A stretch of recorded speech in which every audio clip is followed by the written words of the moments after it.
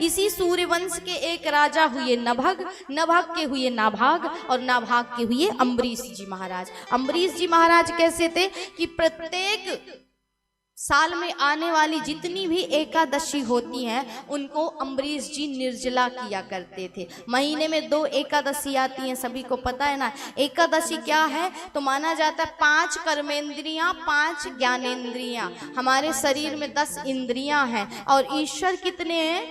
कितने हैं भगवान? एक हैं, सबको पता है ना। भगवान एक हैं, अवतार अलग अलग हैं उनके। तो भगवान एक हैं और इंद्रियां हमारी 10 हैं। तो माना जाता है कि इन इंद्रियों को जिस दिन हम हरि के रस में डुबाते हैं वही होता है एकादशी का दिन। 5 कर्मेंद्रियां 5 ज्ञानेंद्रियां और एक मन, इन सभी को प्रभु में संलग्न करने के दिन को ही हम एकादशी का दिन कहते हैं। और इस व्रत को जो कर लेता है उसे बाकी किसी व्रत को करने की ज्यादा आवश्यकता नहीं है। एकादशी सभी व्रतों में सबसे उत्तम और श्रेष्ठ व्रत माना गया है। एकादशी आप जरूर करिए, कोई व्रत करिए या ना करिए। एकादशी करने से आपके घर की आर्थिक स्थिति तो सुधरती है, अंत में गोलोक धाम की, वैकुंठ धाम की मान्यता है कि प्राप्ति होती है। इसलिए एकादशी व्रत का पालन अवश्य करिए। नहीं कर पाते हैं तो कुछ नियम ले लीजिए कि उस दिन घर में चावल नहीं बनना चाहिए, अन्न का सेवन नहीं करना चाहिए। आप नहीं रह पाते हैं, आपके बालक नहीं रह पाते हैं, चावल मत बनाइए, रोटी बना करके पवा दीजिए महाराज उनको, लेकिन आप मत पाइए। यदि आप व्रत भी हैं और घर में चावल बने एकादशी के दिन तो मान्यता है कि आपके व्रत का कोई आपको लाभ नहीं मिलता है। एकादशी के दिन घर में चावल बनना ही नहीं चाहिए।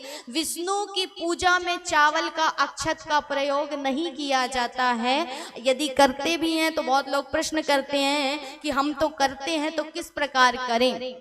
तो महाराज उसको पीला कर लिया जाता है, रंग लिया जाता है, उसके बाद किया जाता है। अक्षत का प्रयोग विष्णु की पूजा में मना ही है। इसलिए एकादशी के दिन जो चावल खाता है उसे नरक भोगना पड़ता है और नरक की यातना भोगनी पड़ती है। तो एकादशी के दिन चावल का विशेष रूप से निषेध करिए। लहसुन प्याज तो वैसे भी निषेध ही होता है जीवन में, लेकिन आप खाते हो तो कोई बात नहीं, एकादशी के दिन बिल्कुल मत खाइए। ये छोटी छोटी चीज़ों का नियम ले लीजिए, इससे भी व्रत हो सकता है कि घर में चावल ना बने। उस दिन तुलसी का स्पर्श मत करिए, क्योंकि तुलसी मैया उस दिन स्वयं व्रत होती है। और यदि कोई निर्जला व्रत करता है भगवान के लिए, आप उसे जल दोगे, स्पर्श करोगे तो व्रत भंग हो जाएगा ना। इसलिए ये छोटे छोटे नियम है, इनको अपनाइए। और माना जाता है कि लोग अक्सर पूछते हैं अगर एकादशी के दिन हम भगवान को तुलसी नहीं चढ़ाएंगे तो पाप लगेगा, भोग लगाएंगे तो तुलसी नहीं चढ़ाएंगे, तो फिर कैसे तुलसी तोड़ें? आपने कह दिया कि तुलसी नहीं छूना।